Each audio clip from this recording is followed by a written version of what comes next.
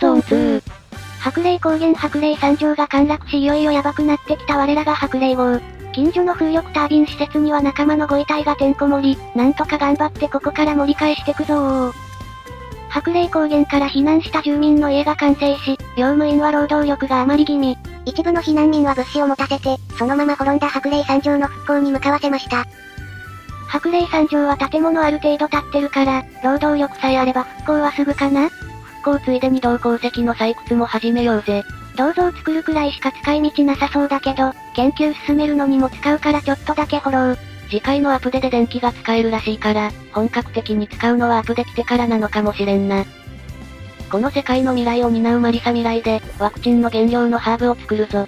ワクチンは白麗号にいっぱいあるよ。いや滅ぶかもしれんし。用務員でもすでに作ってますよ。こりゃワクチンだだ余りになりそう。ヒルズの建てました最終小屋のおかげで食料ウハウハだぜ。じゃ農場を解体して繊維のプランテーションにするね。おいこら私のジャガイモを返せ。今はマスク生産の方が大事じゃ。ああ自慢のジャガイモ畑が食べられない繊維に。ヒルズの民はその辺の草でも食っとけ。ふざけんなしばくぞ。そして着実に村人の汚染濃度を下げていた白麗号、ついに防護服の在庫が尽きる。さっきまで降ってた汚染された雨がとどめになったか？せっかく赤子も58名まで減って、労働力も回復してたのに。防護服の在庫がありません。知ってる。労働力はなんとかなりそうだが原料の生産が間に合うか。原料が届き次第生産を続けよ。ここが踏ん張りどころだなどと意気込んでみたものの布地もゴムも要素もほぼ全部在庫切れ。ダメじゃねえか。急いでかき集めなきゃ。めっちゃ輸送頑張ってるけど足りない。車両工場でバスを生産だ今から作るのかよ。もうこれダメかもしんねえ。まあ全車種製造の実績解除とかもあるので。おい。復興した白麗山上で銅の採掘を開始。これも鉄製の工具使うからちょこっとだけな。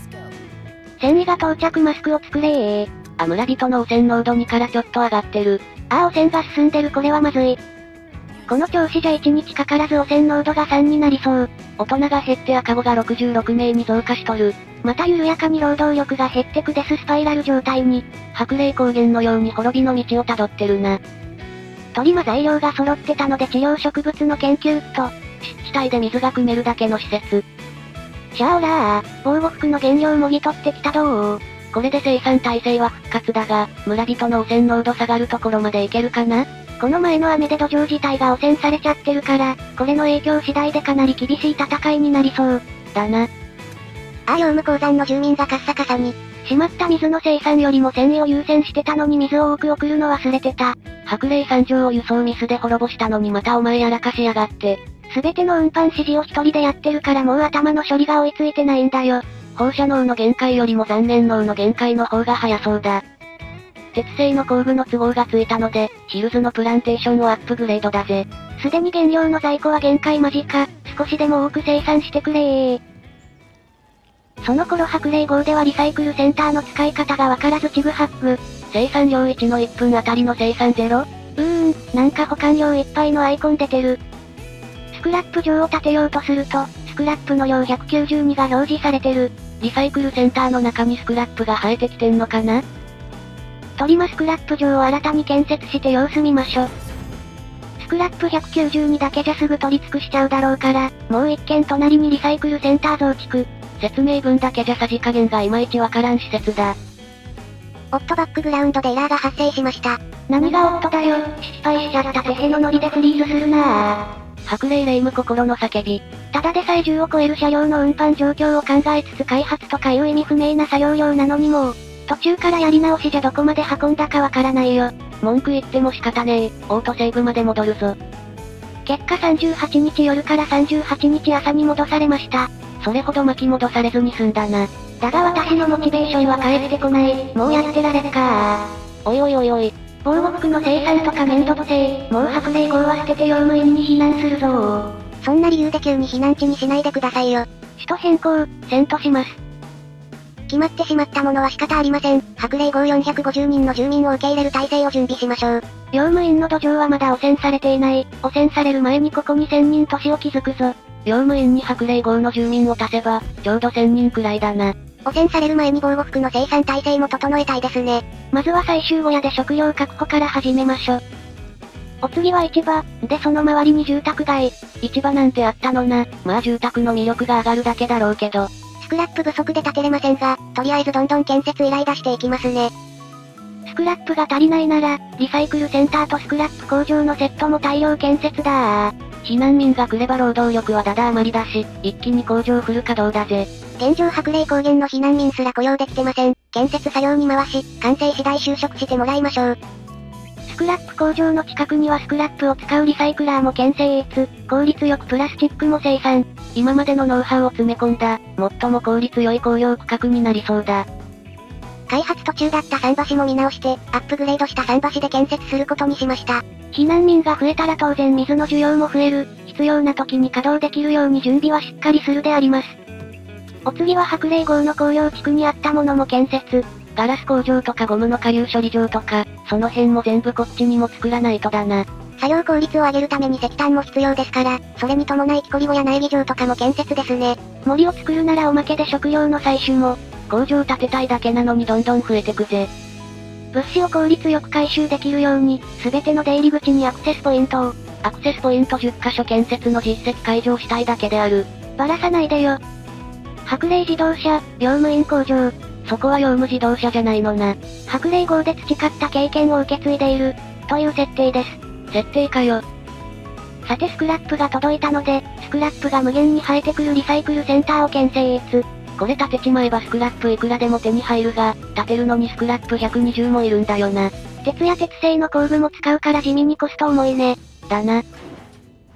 水不足で住民を減らしましたが業務鉱山、移動アップグレード。プランテーションもアップグレードして、繊維等の生産効率も上げましょ。なんで今までやってなかったんだ。さっさとやっときゃ水不足にもならなかっただろ。なんとか未来というセクターで使わないのに鉛を掘るのに鉄製の工具を大量に消費したからではないでしょうか。あさあせーん。最初からこっちに投資しときゃよかった。てな感じで白麗高原を失い減ってた原料の生産量も、だいぶ戻ってきて白麗郷の防護服がちょっと回復。村人の除染とまではいかないがなんとか耐えてるな。なんとか未来で掘ってきた鉛鉱石で、鉛精錬所の研究開始。鉛のベストで世界を救うのだ。数人分しか作れません。スクラップが足りず建設が進みません。避難を決意したというのに今更スクラップ不足でつまずくとは。リサイクルセンター建設のための鉄が足りぬ、一時的に鉄製の工具の生産を止めて鉄の使用を減らすぞ。まあスクラップは遠征ポイントに大量に保管してるから、運んでくれば在庫あるんだけどな。運ぶの地味に大変。白麗郷のセントの準備で用務員にすぐに使わない物資を食ったり色々同時にやってるから頭が混乱するよ。こいつガラス工場の原料とダダ余りのワクチン、すぐ使いたい鉄を同時に運搬しとる。脳が追いつかん。そうだ無限に採取できる系の粘土とかのルート設定も白麗郷から用務員に変更しなきゃ。世界の中心用務員。ヒルズで疫病が発生しました。安住の楽園ヒルズに災害が。水も食料もあるし土壌も汚染されてないから、何もしなくてもすぐ元に戻るよ。放射線の急激な増加が起こります。3日間隔は早すぎじゃボケー。って今回マリサ未来と白麗三条じゃねえか。疎開を決めた矢先に疎開先を狙わないで。